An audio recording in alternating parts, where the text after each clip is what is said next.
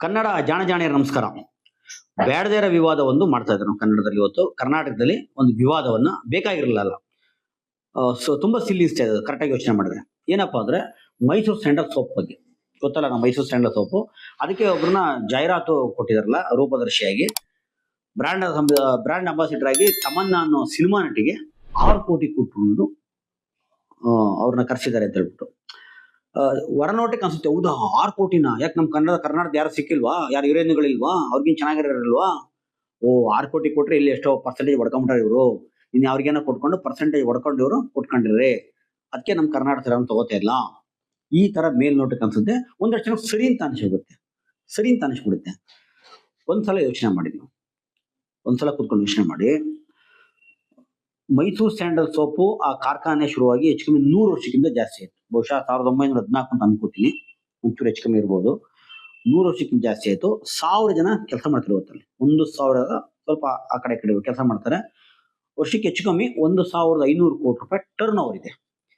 ನೀವು ದೊಡ್ಡದನ್ಸ್ಬೋದು, ಆದ್ರೆ 100 ವರ್ಷಕ್ಕೆ ಕಂಪೇರ್ ಮಾಡಿದ್ರೆ ದೊಡ್ಡದಲ್ಲ, ಖಂಡಿತ ದೊಡ್ಡದಲ್ಲ ಅಲ್ವಾ? ಈಗ ಎಷ್ಟೋ ಕಂಪ್ನಿಗಳು ಇವತ್ತು ನೋಡಿ, ಮೊನ್ನೆ 10 ವರ್ಷ 20 ವರ್ಷ ಹಿಂದೆ ಹುಟ್ಟಿದ ಕಂಪ್ನಿಗಳು. ಉದಾಹರಣೆ ಇನ್ಫೋಸಿಸ್ ತಗೊಳ್ಳಿ, ಬೇಡ ಹುಟ್ಟಿ ಎಷ್ಟು ವರ್ಷ ಆಯ್ತು, ಅದು ಇವತ್ತು ಲಕ್ಷಾಂತರ ಜನ ಕೆಲಸ ಕೊಟ್ಟಿರಲ್ವಾ? ನೀವು 100 ವರ್ಷ ಕಂಪ್ನಿ ಇಟ್ಕೊಂಡು ಬರೀ 1000 ಜನ ಕೆಲಸ ಕೊಟ್ಟಿದ್ವಿ, 1,500 ಕೋಟಿ ಟರ್ನ್ ಓವರ್ ಮಾಡ್ತಾ ಇದೀವಿ ಅಂದ್ರೆ ಅದು ಬೆಳೆದಿಲ್ಲ ಅಂತ ಅರ್ಥ ಅಲ್ವಾ? ಈಗ ಬೆಳೆಸಕ್ ಹೊಂಟಿದ್ದಾರನ್ನ ನಾವು ಅಡ್ಡ ಹಾಕ್ಬಾರ್ದು. ಯಾಕೆ ಅಂದ್ರೆ ಈ ಸೋಪ್ ಬಳಸೋರು ಯಾರು ಗೊತ್ತಾ? ಅದು ಏನ್ ಸೇಲ್ ಆಗುತ್ತೆ ಅದರಲ್ಲಿ 100ಕ್ಕೆ 80% ಸೋಪ್ ಸೇಲ್ ಆಗೋದು ಸೌತ್ ಇಂಡಿಯಾದಲ್ಲಿ. ಹೆಂಗೆ ನೀವು ಬಸವಣ್ಣ ಉತ್ತರ ಕರ್ನಾಟಕದಿಂದ ಜಗತ್ತಿಗಿರ್ಲಿ, ನಮ್ಮ ದಕ್ಷಿಣ ಕರ್ನಾಟಕ ಕರ್ಕೊಂಬರ್ಲಿಲ್ವ 900 ವರ್ಷದಲ್ಲಿ, ಹಂಗೇನೆ ಈ ಸೋಪನ್ನ ನಾವು ವಿದೇಶಕ್ಕಿರ್ಲಿ ನಮ್ಮ ನಾರ್ತ್ ಇಂಡಿಯಾಕ್ಕೆ ಸರಿಯಾಗಿ ತಲುಪಿಸಲೇ ಇಲ್ಲ. ಈಗ ಅದು ಒಂದು ಒಳ್ಳೆ ಹೆಜ್ಜೆ ಇಟ್ಟಿದ್ದಾರೆ. ನನಗೂ ತಕರಾರಿತ್ತು, ಇದು ತಮ್ಮನ್ನ 6 ಕೋಟಿ ಕೊಟ್ಟಿದ್ಕಲ್ಲ ಕಮ್ಮಿ ಆಯ್ತು ಅಂತ. ಅಂದ್ರೆ ನೀವು 6 ಕೋಟಿ ಕೊಟ್ಟು ಬರೀ ನ್ಯಾಷನಲ್ ಲೆವೆಲ್ನ ರೂಪದರ್ಶಿ ಕರ್ಕೊಂಬರೋದಲ್ಲ, 60 ಕೋಟಿ ಕೊಟ್ಟರು ಸರಿ ಇಂಟರ್ನ್ಯಾಷನಲ್ ಲೆವೆಲ್ ಕರ್ಕೊಂಬರ್ಬೇಕಾಯ್ತು. ಅಂತಾರಾಷ್ಟ್ರೀಯ ಮಟ್ಟದ ರೂಪದರ್ಶಿ ಜೊತೆಲೆ ಮಾಡಿಸ್ಬೇಕಾಯ್ತು ಅಂತ ಹೇಳ್ಬಿಟ್ಟು. ಈಗ ಯೋಚನೆ ಮಾಡಿ, ನಾವು ಅದನ್ನ ಬರೀ ಕರ್ನಾಟಕಕ್ಕೆ ಇಷ್ಟು ಮಾತ್ರ ಇದೆ. ಕೆಲವರು ನಮ್ಮ ಕನ್ನಡ ಸಂಘಟನೆಗಳಿರ್ಬೋದು, ಮತ್ತೆ ಈ ವಾಟಾಳ್ ನಾಗರಾಜ್ ಅವರೆಲ್ಲ ನಾನೇ ಫ್ರೀಯಾಗಿ ಮಾಡ್ತಿದ್ನಲ್ಲ, 6 ಕೋಟಿ ಯಾಕೆ ಕೊಟ್ರಿ? ನನಗೆ ಫ್ರೀ ದುಡ್ಡೇ ಕೊಡಬೇಡಿ ಅಂತಿದ್ರು. ಸರ್, ನಾನು ದುಡ್ಡು ಕೊಟ್ಟರು ಫ್ರೀಯಾಗಿ ಮಾಡ್ತೀನಿ ಅಂದ್ರೂ ಸಹ ನಿಮ್ಮನ್ನ ತಗೋತಾ ಇಲ್ಲ ಅಂದ್ರೆ ಸ್ಥಾನಮಾನಗಳು ಏನೇನಾಗಿದೆ ಅಂತ ಅರ್ಥ ಮಾಡ್ಕೋಬೇಕು ಸರ್. ಅದಕ್ಕೆ ವ್ಯೂವರ್ಸ್ ಹೇಳ್ಬೇಕಾಗಿಲ್ಲ, ಇಷ್ಟು ಅರ್ಥ ಮಾಡ್ಕೊಂಡ್ಬಿಟ್ರೆ ಸಾಕು. ಸರಿ, ಇದು ಏನಪ್ಪಾ ಅಂದ್ರೆ ಇವಾಗ ನಮ್ದು ಈ ಸೋಪ್ ಏನಿದೆ ಅಂತಾರಾಷ್ಟ್ರೀಯ ಮಟ್ಟಕ್ಕೆ ಹೋಗ್ಬೇಕು, ಜಗತ್ತಿನ ಬೇರೆ ಬೇರೆ ಭಾಗಕ್ಕೆ ಹೋಗ್ಬೇಕು. ಅದು ಇವತ್ತೇನು 1,000 ಜನ ಕೆಲಸ ಮಾಡೋದನ್ನ 10,000 ಜನ ಕೆಲಸ ಮಾಡ್ಬೇಕು. ಅದಕ್ಕೆ ಇವತ್ತು 1,500 ಕೋಟಿ ಏನು ಟರ್ನ್ ಓವರ್ ಇದೆ, 15,000 ಕೋಟಿ 20,000 ಕೋಟಿ ವರ್ಷಕ್ಕೆ ಟರ್ನ್ ಓವರ್ ಮಾಡ್ಬೇಕು. 10,000 ಜನ ಕೆಲಸ ಕೊಟ್ಟಾಗ ಯಾರಿಗೆ ಸಿಗುತ್ತೆ ಕೆಲಸ? ಕನ್ನಡದವ್ರಿಗಲ್ವಾ? ಅವಾಗ ಏನಾದ್ರು ಬೇರೆ ರಾಜ್ಯದವ್ರನ್ನ, ಬೇರೆ ಭಾಷೆಯವ್ರನ್ನ, ಬೇರೆ ದೇಶದವ್ರನ್ನ ಕರ್ಕೊಂಡು ಕೆಲಸ ಕೊಟ್ರೆ ನಾವು ಕೇಳ್ಬೇಕು. ಅವಾಗ ಆಡಳಿತ ಮಂಡಳಿನ ನೀನ್ ಯಾಕಪ್ಪ ಕೊಟ್ಟಿದ್ಯಾ, ನಾವು ಕನ್ನಡದಲ್ಲಿ ಕೊಡ್ಬೇಕು ಅಂತ ಹೇಳಿ ಕೇಳಬೇಕು. ನಮ್ಗೆ ಹಕ್ಕಿದೆ. ಈಗ ನಾವು ಅವ್ರಿಗೆ ಲಕ್ಷಾಂತರ ರೂಪಾಯಿ ಸಂಬಳ ಕೊಟ್ಟು, ಜವಾಬ್ದಾರಿ ಕೊಟ್ಟು, ಎಲ್ಲ ಕೊಟ್ಬಿಟ್ಟು ಎಲ್ಲಾ ವಿಷಯಕ್ಕೂ ಮೂಗ್ ತೋರಿಸಿದ್ಯಲ್ಲ, ಎಲ್ಲಾ ವಿಚಾರಕ್ಕೂ ನೀನ್ ಹಂಗ್ ಮಾಡ್ಬೇಕಾಯ್ತು, ಹಿಂಗ್ ಮಾಡ್ಬೇಕಾಯ್ತು, ಅಲ್ಲಿ ಬಾತ್ರೂಮ್ ಈ ಕಡೆ ಕಟ್ಬೇಕಾಯ್ತು, ಅಲ್ಲಿ ಇನ್ನೇನೋ ಸ್ಟೋರ್ ಈ ಕಡೆ ಕಟ್ಬೇಕಾಯ್ತು, ಅದು ಇನ್ಯಾರ ರೂಪದಷ್ಟು ಇವ್ರು ಕರ್ಸ್ಬೇಕಾಯ್ತು. ಇದೆಲ್ಲ ಯಾರ ಕೇಳಿಸ್ಕೊಂಡು ಇದನ್ನ ನಗಾಡ್ಬಿಡುತ್ತೆ. ಏನಪ್ಪ ಇಷ್ಟೊಂದು ಬಾಲಿಶ ಯೋಚನೆ ಮಾತ್ರ ಅಂತ ಹೇಳ್ಬಿಟ್ಟು ನಾವ್ ಯೋಚನೆ ಮಾಡ್ಬೇಕಾದ್ರೆ ಹಿಂಗೆ ಆಯ್ತು.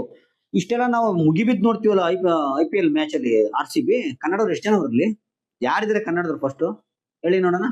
ಆಯ್ತು, ಈ ಒಂದು ನೆನಪಿದೆ ನಿಮ್ಗೆ, ಒಂದು ಕಾಲದಲ್ಲಿ ಈ ತಮನ್ನ ಏನು ಇವತ್ತು ಅಡ್ವರ್ಟೈಸ್ ಕೊಡ್ತಾ ಮೈಸೂರು ಸ್ಯಾಂಡ್ಲು, ಮಹೇಂದ್ರ ಸಿಂಗ್ ಧೋನಿ ಅವರು ಅಡ್ವರ್ಟೈಸ್ಮೆಂಟ್ ಕೊಡ್ತಾ ಇದ್ರು, ಗೊತ್ತಾ? ಅದೇ ಧೋನಿ ಇಷ್ಟೊಂದು ಫೇಮಸ್ ಇರಲ್ಲ ಆವಾಗ ಮಹೇಂದ್ರ ಸಿಂಗ್ ಧೋನಿ ಅವರು ಮೈಸೂರು ಸ್ಯಾಂಡಲ್ಗೆ ಬ್ರ್ಯಾಂಡ್ ಅಂಬಾಸಿಡರ್ ಆಗಿದ್ರು.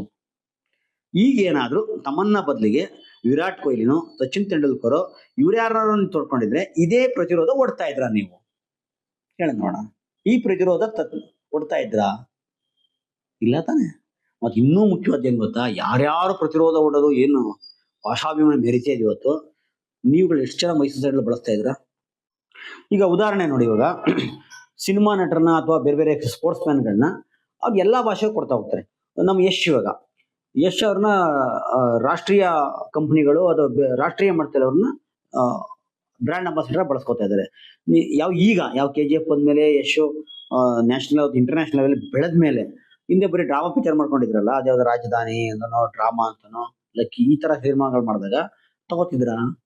ಇಲ್ಲ, ಬೆಳೆದಿರಲ್ಲ ಅವರು. ಈಗ ತೆಲುಗಲ್ಲಿ ಮಹೇಶ್ ಬಾಬು ಇರ್ಬೋದು, ಸಲ್ಮಾನ್ ಖಾನ್, ಶಾರುಖ್ ಖಾನ್ ಇರ್ಬೋದು, ಇವ್ರು ಬೇರೆ ಬೇರೆ ಇವ್ರನ್ನೆಲ್ಲ ಇವನ್ನ ರಾಷ್ಟ್ರೀಯ ಮಟ್ಟದಲ್ಲಿ ತಗೋತಾರೆ. ಅದಕ್ಕೂ ನೀವು ಎಷ್ಟೋ ನೋಡ್ತಿಲ್ಲ, ಕನ್ನಡದಲ್ಲೂ ಸಹ ತೆಲುಗರು ಹಿಂದಿಯವರು ಬಂದು ಜಾಹೀರಾತು ತಗೋತಾ ಇದಾರಲ್ಲ, ವಾಯ್ಸ್ ಆರ್ ಕೊಡ್ತಾ ಇದಾರಲ್ಲ. ಇಲ್ಲ ಇಲ್ಲ ನಾವು ಕನ್ನಡದಲ್ಲಿ ತಗೋಬೇಕು ಅಂತೀನ, ಅರ್ಥ ಆಯ್ತು ಅದಕ್ಕೆ? ಇಲ್ಲ, ಅವ್ರು ಬೆಳೆದಿದ್ದಾರೆ ಆ ತರ. ಅಂದ್ರೆ ಆ ಪ್ರಾಡಕ್ಟ್ ಸೇಲ್ ಹಾಕಿ ಇವನ ಮಾತಿಂದ ಅದು ಇವ್ನ ಮುಖ ತೋರಿಸಿದ ತಕ್ಷಣ ಈ ಪ್ರಾಡಕ್ಟ್ ಜಾಸ್ತಿ ಸೇಲ್ ಆಗುತ್ತೆ ಅಂದ್ರೆ ಅದನ್ನ ನೋಡ್ತಾರೆ ಕಂಪ್ನಿ. ಅಂತಿಮವಾಗಿ ಸೇಲ್ ತಾನೇ ಆಗ್ಬೇಕಾಗಿರೋದು, ಅದನ್ನ ನೋಡ್ತಾರೆ. ಇದ್ರ ನಾವ್ ಯಾಕೆ ಭಾಷೆ ತರೋದು ಮತ್ತೊಂದು ತರೋದು ಅರ್ಥ ಇಲ್ಲ. ಯಾರಾದ್ರೂ ನಮ್ಮ ವಾದ ಕೇಳಿಸ್ಕೊಂಡ್ರು ಸಹ ಇದೊಂದು ಸರಿಯಾಗಿದ್ಯಪ್ಪ ಅನ್ನೋಗಿರ್ಬೇಕು.